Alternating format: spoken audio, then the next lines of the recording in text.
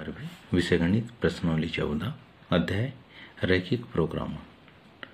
रेशमा दो प्रकार के भोज्य पी और क्यू को इस प्रकार मिलाना चाहती है कि मिश्रण में विटामिन अवयव में 8 मात्रक विटामिन ए तथा 11 मात्रक विटामिन बी हो। भोज्य पी की लागत ₹60 प्रति केजी और भोज्य क्यू की लागत ₹80 प्रति केजी है।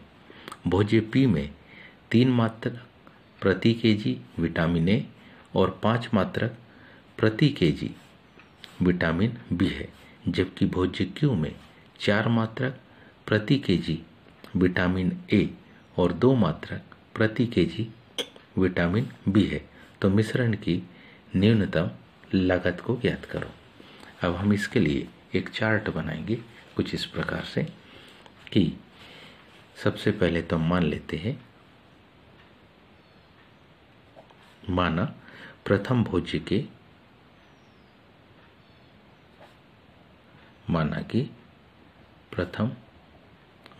के x किलोग्राम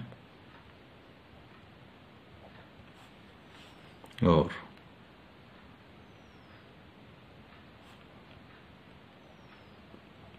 द्वितीय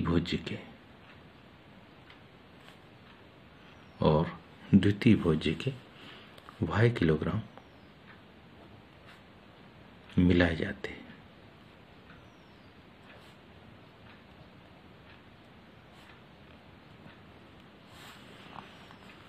अब ऐसी स्थिति में देखिए, यहाँ है क्या भोज्य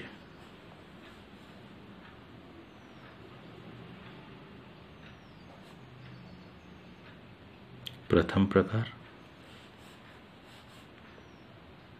ये हो जाएगा द्वितीय प्रकार और ये हो जाएगी इसकी मात्रा। प्रथम भोज्य के कितने x किलोग्राम और द्वितीय भोज्य के y किलोग्राम। इससे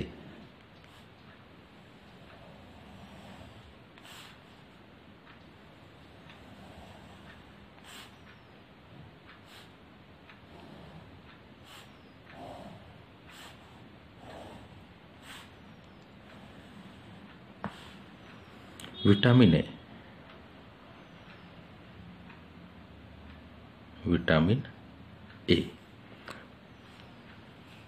और ये है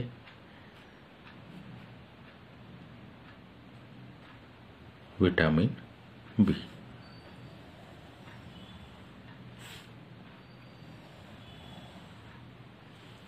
अब ध्यान से देखिए, तो प्रथम प्रकार के भोज्य की x किलोग्राम मात्रा लेते, जिसमें विटामिन ए की मात्रा 3 मात्रक और विटामिन बी 5 मात्रक।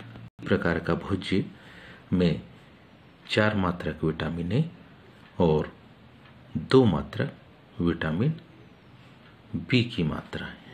हमें विटामिन ए की कुल मात्रा चाहिए 8 मात्रक और विटामिन बी की मात्रा चाहिए 11। इससे प्रश्नानुसार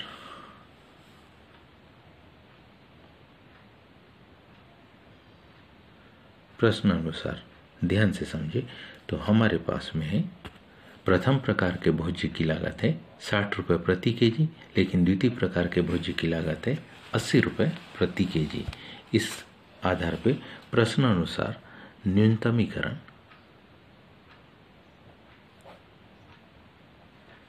जो समीकरण बनेगा z बराबरी से 60x धन 80y। कंडीशन या जो अवरोध आएंगे वो कैसे कि किसी भी स्थिति में x निगेटिव नहीं, y निगेटिव नहीं, means x greater than equal to 0, y भी ग्रेटर देन इक्वल टू 0 होगा। x और y किसी भी कंडीशन में 0 से छोटे बिल्कुल नहीं हो सकते। फिर इससे जो बनेगा वो दूसरी असमीका या तीसरी कह सकते 3x + 4y की value greater than equal to 8। फिर अगली बनेगी क्या 5x धन 2y greater than equal to 11। सर्वप्रथम रेखाओं से हम आलेख बनाएंगे। सर्वप्रथम रेखाओं कौन कौन सी? 3x धन 4y बराबरी से 8 तथा 5x धन 2y बराबरी से 11 के हम आलेख बनाते हैं।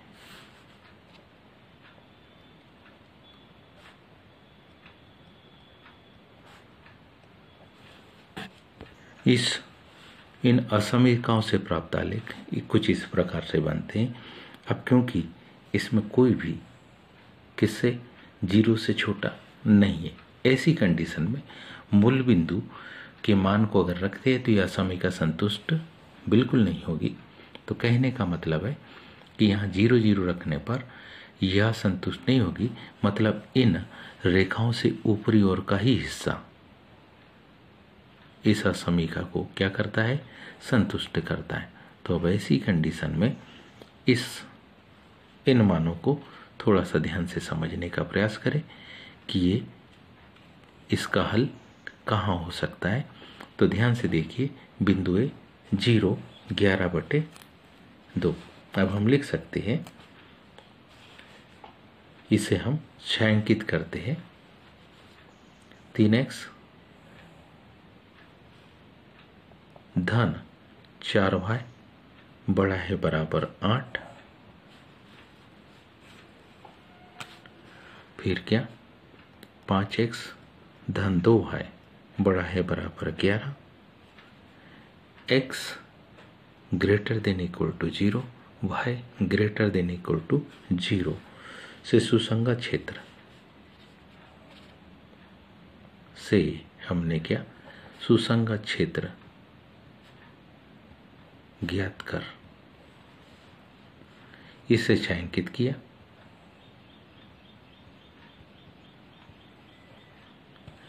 और छायांकित करने पर जो शीर्ष मिले उन्हें ध्यान से देखिए। पहला शीर्ष मिला क्या? 0 11/2। दूसरा शीर्ष मिला क्या? बी बिंदु। यह कौन सा? बी बिंदु। बी बिंदु 2,1/2। तीसरा शीर्ष मिला सी। सी के निर्देशांक है 8/3 0 है। इन पर किसका? इन पर जेट का मान ज्ञात करते हैं। इन पर जेट का मान क्या करते हैं? हम ज्ञात करते हैं कि कितना आता है। हमारे पास यहाँ क्या? शीर्ष, फिर हमारे पास शीर्ष है, उसके निर्देशांक है और जेट बिंदु है। तो ए बिंदु के निर्देशांक का भी अपन ने देखे 0 11/2 है। जब हम इस मान को रखेंगे तो 60 गुणित 0 धन 80 गुणित 11/2। 2 से 80 कट जाएगा 40 बार में, तो किसका मान आ गया? जेड का मान आ गया 440।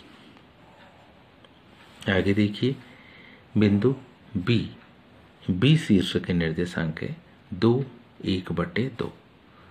जेड बराबरी से 60 गुणित 2 धन 80 गुणित 1/2। जब हम इसका हल करेंगे 120 धन 40, दोनों का योग आ गया कितना? 160। बिंदु सी के निर्देशांक हमारे पास है। बिंदु सी के निर्देशांक है क्या? 8/3 0। जेड बराबरी से 60 गुणित 8/3 धन 80 गुणित 0। 3 से 60 कट जाएगा 20 बार, 20 8 160, तो z बराबर इसे क्या हो गया 160। ये दोनों न्यूनतम मान है। तो अब हम लिखेंगे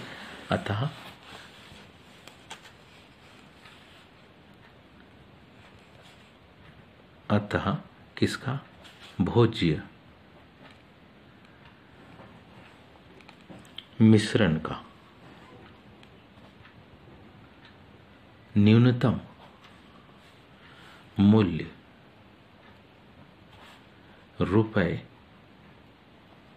₹160 है।